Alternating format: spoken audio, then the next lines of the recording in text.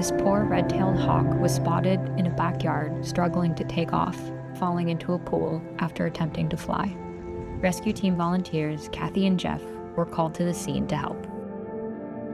We noticed that the hawk had something on his tail. He wasn't wrapped in plastic, so he could fly, but not well. He was sort of jumping from one spot to another. When we arrived, the red-tailed hawk had actually flown up onto the fence. Jeff, who is also a volunteer, went to the house behind where we were called to and pushed. We wanted with intention to push the hawk back into the yard. Jeff got him to fly into the yard. He flew, and then when I went for him, he could move, and he flew to different parts of the yard.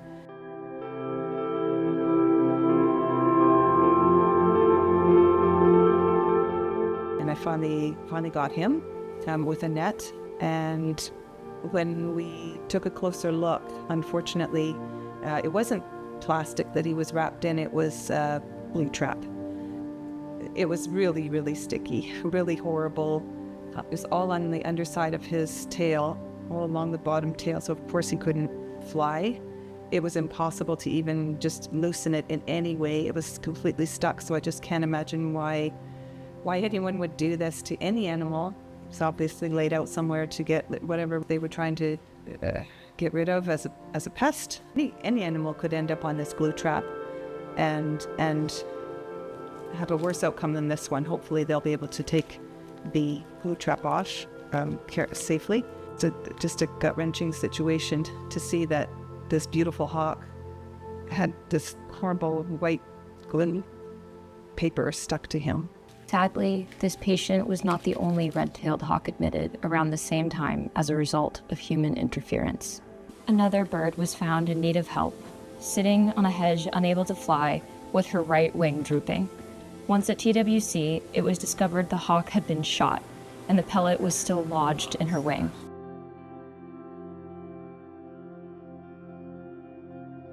It's so deep, but it's all the way down to the bone. Yeah. Clemens was right. The pellet had impacted the bone, causing a painful fracture. The senior wildlife rehabilitator, alongside wildlife veterinary intern Catherine, got to work.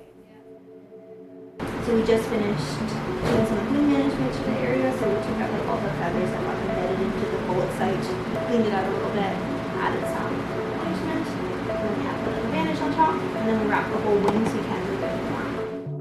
Thankfully, the pellet wasn't located anywhere that would impede the bone from healing, and going in surgically to remove it could move the bone fragments, making the fracture worse, lead to additional pain and a prolonged stay in captivity for the already stressed bird.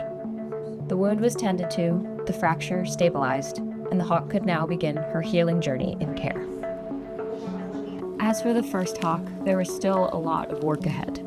Senior wildlife rehabilitator Katie, alongside the veterinary team, began the labor-intensive process of removing the trap while causing as little damage as possible to the bird's feathers and skin. When we grabbed him out for our assessment, we noticed that he had one of those fly glue traps, just the long tape that you catch for ants and fruit flies and stuff. That was all over his left wing and his tail. To get the glue trap off, we used a little bit of alcohol, which helps break down the adhesive. And then we used this chinchilla dust, which is just a really fine powder that we can use, again, to kind of take the tackiness off the feathers so it's easier to wash off. So got the trap off, and you could see how much more comfortable he was as soon as that trap was off, able to fully extend his wings. He still had some substance on his feathers, so just to help him out, we prepared a bath. We used a pretty light soap solution, so I used a little bit of oil to actually help break down the adhesive even further. So when we do a bath for an animal, especially a high-stressed animal and a predator such as a red-tailed hawk, we don't like being in our hand for very long, as you might suspect.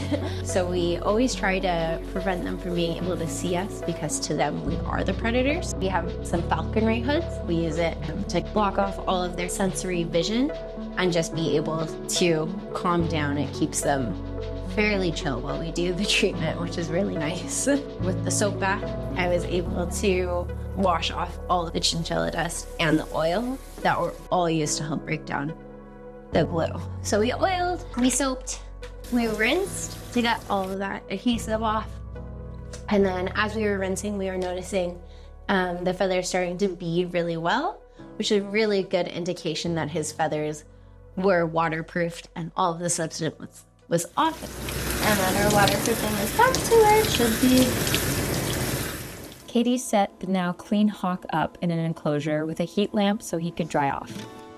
And veterinarian Dr. Cameron Berg checked on how the gunshot wound patient's fracture was healing. It feels like it's starting to callus and feel okay. So. It's starting to get really nice and firm and stable. So we're gonna replace it. With the bone beginning to heal as it should, this hawk is certainly on the mend.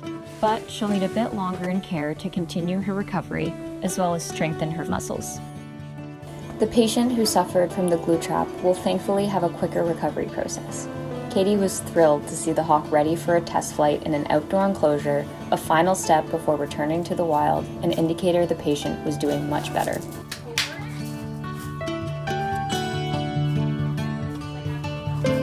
The feathers were still intact, none were broken, which is really lucky. I think if Kathy wasn't able to catch him as quickly as she was, there could have been a lot more significant damage.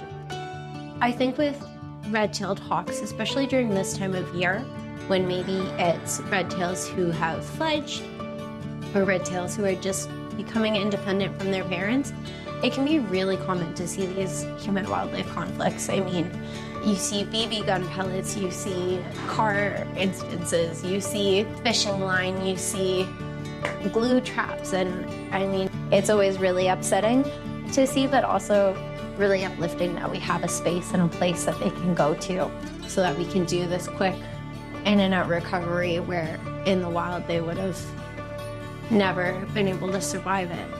And it makes you so proud to be able to do what you do, especially when you get to see that red tail in less than a week, fully recovered and flying beautifully and happily all the way to his release.